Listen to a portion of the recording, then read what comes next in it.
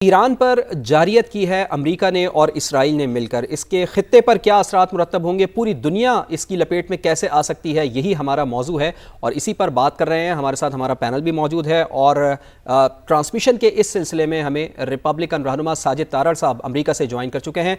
उनसे गुफ्तगू का सिलसिला आगे बढ़ाते हैं। साहिब साहब, बहुत बहुत शुक्रिया आपके कीमती वक्त के लिए। फरमाइएगा कि सदर डोनाल्ड ट्रंप ने ईरान पर बड़े पैमाने पर हमले को एक फैसला कुन फौजी ऑपरेशन करार दिया है।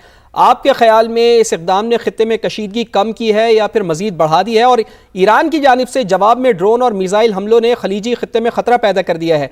क्या अमेरिका इस सूरत हाल को काबू पाने की सलाहियत रखता है? और आप हमें ज़रा बेहतर तौर पर बता सकते हैं कि ट्रूप्स ऑन ग्राउंड का भी कोई ऑप्शन है सदर डोनाल्ड ट्रंप के पास? सबसे पहले तो ये अर्ज करना चाहूंगा कि बीबी नेतन्याहू ने बड़ी महारत के साथ अमेरिका को इस नई जंग और एक जाल के अंदर ट्रैप किया है और मेरे ख्याल में अमेरिका मजीद इसमें धंसता जा रहा है। मैं ये समझता हूं कि मैं एक पॉलिटिकल वर्कर के रहा हूं, पिछले 15 साल से प्रेसिडेंट ट्रंप साहब के साथ ट्रैवल करता रहा हूं। हमेशा एक वो मुसलसल कहते थे कि फॉल ऑफ काबुल जो है एक बहुत बड़ा धब्बा है अमेरिकन फॉरेन पॉलिसी पे और पेंटागन के ऊपर, लेकिन अब समझ नहीं आ रही कि यहाँ इस जंग से निकलेगा क्या। ईरान डायरेक्ट थ्रेट नहीं था अमेरिका को, मेनलैंड अमेरिका उनकी एक्सेस में नहीं था, लेकिन मैं ये अर्ज करना चाहूं कि जो ज़ायनिस्ट एक लॉबी है जो कि मुसलसल पिछले 30 साल से एक तो वो रिजीम चेंज का ख्वाब देखते थे ईरान में और दूसरा उन्होंने बड़ी कोशिश की कि किसी ना किसी तरीके से अमेरिका को घसीट के मिडिल ईस्ट में लाया जाए और उनकी जंग अमेरिकन बच्चे अपनी जानों का नजराना पेश करके लड़े। तो आज मैं समझता हूं बिल्कुल उसमें वो कामयाब हैं। बीबी नेतन्याहू अपनी पॉपुलैरिटी लूज कर रहे थे इजराइल के अंदर, उनके ऊपर पहले बहुत ज्यादा चार्जेस मौजूद थे। डोनाल्ड ट्रंप साहब कई दफा रिक्वेस्ट कर चुके हैं इजराइल के सदर को कि उनको पार्डन किया जाए, लेकिन मेरे ख्याल में आप देखें कि उस पार्डन से लेकर आज वो कहां पूरी दुनिया, बल्कि मैं ये समझूंगा ये थर्ड वर्ल्ड वॉर है। आज जो कुर्दों को छेड़ा जा रहा है, कुर्द वहां पे उन्होंने लड़ाई शुरू कर दी है, इसमें 3 ममालिक मजीद शामिल हो जाएंगे कुर्दों के आने की वजह से। इसमें सीरिया, टर्की और इराक, क्योंकि ये कुर्द जो है वो तीनों मुल्कों के अंदर पहले मौजूद हैं। आज देखा गया है कि उन्होंने अमेरिका ने और इजराइल ने उनके ऊपर हाथ रखा है, उनको असला सप्लाई करेंगे और वो ईरान में जंग लड़ेंगे। तो मेरे ख्याल में पहले तो जीसीसी कंट्रीज इसके अंदर थे, अब मेरे ख्याल में Saudi Arabia, GCC country, gulf countries, और फिर आपने देखा है कि किस तरीके से टर्की और अब इसमें सीरिया और इसमें इराक भी शामिल होगा। तो मेरे ख्याल में पूरा खित्ता जल रहा है और अभी तक किसी के पास इसका हल मौजूद नहीं है। साहब, जिस तरह से आपने कहा कि पूरा खित्ता जल रहा है और थर्ड वर्ल्ड वॉर की तरफ आपने इशारा किया है, अभी चूंकि मशरिक वुस्ता जो है उसमें ये जंग फैल रही है और उसके बहुत ज्यादा और शदीद किस्म के असरात जो है वो दुनिया को भुगतना पड़ रहे हैं और आगे जाके मजीद ये शदीद हो सकते हैं। कि अभी भी सिफारतकारी के जरिए इस बहरान को टाला जा सकता है या अमेरिका की फौजी पॉलिसी ने रास्ते महदूद कर दिए हैं? आपके ख्याल में रिपब्लिकन पार्टी और अमेरिका की क़यादत को ईरान के साथ ताल्लुकात के हवाले से कौन से तवील मुद्दती इक़दाम लेने चाहिए? देखिए, सबसे पहले तो अर्ज ये करना चाहूंगा कि जंग ये शुरू की है बीबी नेतन्याहू ने और मेरे ख्याल में वही एक इंस्ट्रूमेंटल होंगे कि वो बताएं कि उन्होंने अपने अहदाफ जो है वो हासिल कर लिए हैं। सबसे बड़ा पहला क्वेश्चन तो ये होगा। और ये यहाँ पे अर्ज करना चाहूँ, पहले भी जो 12 दिन की जंग थी उसमें भी ये कहा गया था कि उन्होंने अपने अहदाफ हासिल कर लिए हैं, लेकिन मेरे ख्याल में जो मैं समझता हूं कि चाइना और रशिया ने इस वक्त काफी आर्मामेंट्स जो हैं वो ईरान को सप्लाई किए हैं। लेकिन यहाँ पे मैं एक नया पॉइंट आपके सामने रखना चाहूंगा, मैं माजरत के साथ, कि क्या वजह है कि बड़े अरसे से देखा जा रहा है कि मुसलमान ही पूरी दुनिया के अंदर, चाहे कश्मीर हो, चाहे गजा हो, चाहे इराक हो, चाहे लीबिया हो, चाहे अब ईरान हो, क्या वजह है कि हम जो second biggest religion on the planet, हम एक दुनिया के लिए एक तमाशा बन चुके हैं। जो आता है दिल खोल के मारता है, खुद ही जंग शुरू करता है, खुद ही जंग बंद करता है। इसका कभी हमने सोचने की कोशिश की है कि इसके फंडामेंटल रीजंस क्या हैं? मैं ये मुसलसल इस चीज पे रिसर्च कर रहा हूं कि इस वक्त इजराइल की पॉपुलेशन जो है वो 10 मिलियन है, पूरी दुनिया के अंदर जूश जो है वो 16 बिलियन है।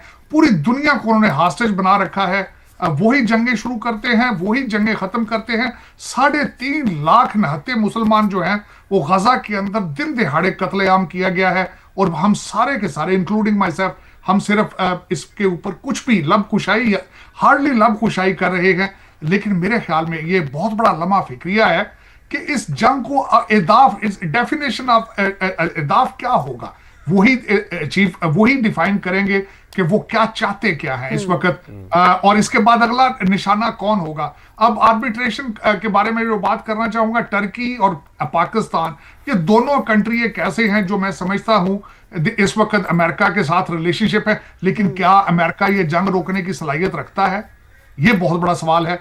जंग शुरू अमेरिका ने नहीं की, यहां पे जवाब दिया जा रहा है मार्को रूबियो साहब की तरफ से कि हम जंग इजराइल ने शुरू की है, हमें उसमें कूदना पड़ा है कि हम अगर ना कूदते तो हमारे एसेट्स के ऊपर वहां ईरान ने हमले करने थे। तो it's a big confusion all over the world. लेकिन मैं ये आपके प्रोग्राम के वसातत से बच्चों से कहना चाहूंगा कि खुदारा स्टेम सब्जेक्ट्स की तरफ तवज्जो दें, मैथ और इंग्लिश पे तवज्जो दें। मैं समझता हूं कि इस वक्त जो 57 इस्लामिक कंट्रीज हैं, हर कंट्री के अंदर उनकी यूनिवर्सिटीज में इजराइल के ऊपर पीएचडी होनी चाहिए, ताकि उन्हें पता हो कि 16 मिलियन लोग किस तरीके से एक पूरी दुनिया के ऊपर हावी होते हैं। ये बहुत बड़ा लम्हा फिक्र है। बिल्कुल, बहुत अच्छा आपने ये नुक्ता दिया है साजिद तारड़ साहब। मलिक नदीम साहब भी इंसानी हकूक़ के हवाले से अपना नाम रखते हैं, सफ़ीर हैं, उनको भी शामिल गुफ्तगू करते हैं। मलिक साहब, बहुत बहुत शुक्रिया आपके भी कीमती वक्त के लिए। जो अभी हमारी गुफ्तगू चल रही है वो यही है कि जंग तो शुरू हो गई है, अब उसके पीछे नेतन्याहू है या फिर अमेरिका के क्या मफादात हैं, या किसी दबाव में है डोनाल्ड ट्रंप, इसके बारे में तो नहीं कहा जा सकता। लेकिन सवाल ये है कि इतना नुकसान हो रहा है, इंसानी जानें ज़ाया हो रही हैं, पूरी दुनिया की मईशत स्टेक पर लग गई है। आखिर सवाल ये है कि मलिक साहब के इस जंग को रोकेगा कौन, रुकवाएगा कौन? क्या समझते हैं आप? आपका विजन क्या बताता है कि क्या ये जंग आपको आगे बढ़ती हुई दिखाई दे रही है, इंसानी जानों के लिए बहुत ख़तरा पैदा हो गया है, या फिर आप समझते हैं कि मीडिएशन का किरदार मुख्तलिफ ममालिक की जानिब से हो सकता है और ये जंग रुकने में कामयाब हो जाएगी? जी, first of all thank you for having me in your show.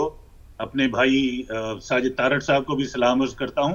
Sajid Tarar साहब से रिक्वेस्ट कीजिए, ये कैपेबिलिटी रखते हैं जंग रुकवाने की, अगर रुकवाना चाहें तो। जी हाँ, 15 साल से साथ हैं डोनाल्ड ट्रंप साहब के साथ। लेकिन मैं आपको एक चीज, पहले आपके सवाल का जवाब देने से पहले एक चीज मैं मेंशन करना चाहूंगा, आपके नॉलेज के लिए भी और आपके ऑडियंस के नॉलेज के लिए भी, कि आई एम सरप्राइज के जो मेन थीम है जिसकी वजह से अमेरिका जंग में कूदा है, it's not only because of Israel. America ने 2 पर्पस हल किए हैं इस जंग में शामिल होके। एक तो यकीनन इजराइल का प्रेशर था, उससे भागने का कोई अमेरिका के पास जवाब नहीं होता। दूसरा जो अमेरिका का अपना जो इंटरेस्ट है वो ये है कि ईरान अमेरिका का टारगेट नहीं है। ये मैं आपको बताता चलूं। अच्छा, अमेरिका का टारगेट ईरान नहीं है, अमेरिका का टारगेट चाइना है। क्योंकि चाइना जो है, अगर आपको ये इल्म हो, दुनिया सारी में इंडस्ट्री को तबाह बर्बाद करके बुलडोज करके रख दिया है चाइनीज इंडस्ट्री और चाइनीज इकोनॉमी ने। और चाइनीज इकोनॉमी को कंट्रोल करना किसी के बस में ये बात नहीं रही। और ये भी मैं बताता चलूं कि अगर आपको मालूम नहीं तो अमेरिका तकरीबन $1 ट्रिलियन का मकरूज है चाइना का, और ये कर्ज बढ़ता जा रहा है हर रोज। अब चाइना को किस तरह रोकेंगे, किस तरह चाइना की इकोनॉमी को कंटेन किया जाए? चाइना 10 मिलियन बैरल हर रोज तेल इंपोर्ट करता है अपनी इंडस्ट्री को रन करने के लिए। और कौन उनके सप्लायर हैं, ये भी आपके लिए बड़ी इंटरेस्टिंग इंफॉर्मेशन होगी। वेनेजुएला और ईरान। वेनेजुएला का भी उन्होंने रास्ता बंद कर दिया। ईरान का भी जंग का जो है, ठीक है, प्रेशर तो इजराइल का था, लेकिन अमेरिका का इंटरेस्ट था किसी भी तरह जंग में कूदा जाए और ईरान का तेल बंद किया जाए। अब इस वक्त चाइना के लिए बहुत बड़ी मुश्किल है कि ये 1 करोड़ बैरल रोज का इंपोर्ट करना, कहां से वो अपनी इंडस्ट्री को फीड करेंगे? सबसे पहली बात तो ये समझने की जरूरत है कि जो असल टारगेट है वो ईरान नहीं, वो असल टारगेट चाइना और चाइना की इकोनॉमी है। अब आते हैं आपके क्वेश्चन की तरफ। देखिए, इस वक्त जंग जो है शुरू कर दी इजराइल ने। अब ना इजराइल के बस की बात है उसको रोकना, ना अब अमेरिका के बस की बात है, क्योंकि अमेरिका में तो ऑलरेडी अब ये डिस्कशन शुरू हो गई है to send boots on the ground. अगर अमेरिका ने ये स्टेप लिया तो ये अमेरिका की इकोनॉमी के लिए जहर कातिल होगा। अफगानिस्तान की जंग, उससे पहले कोरिया की जंग, उससे पहले साथ वियतनाम की जंग, अमेरिका की इकोनॉमी तबाह बर्बाद हुई है इन जंगों की वजह से। और ये जो वॉर मॉन्गर्स हैं और ये जो वॉर इंडस्ट्रियल कॉम्प्लेक्स है अमेरिका का, ये अमेरिका के और अमेरिका के लोगों को तबाह करके छोड़ेगा। अगर अमेरिका फिजिकली ग्राउंड में इन्वॉल्व हुआ ईरान के तो ये बहुत बड़ी एक गलती होगी। और इस वक्त अनफॉर्चुनेटली ना पाकिस्तान इस जंग को रुकवा सकता है, ना ईरान रुकवा सकता है।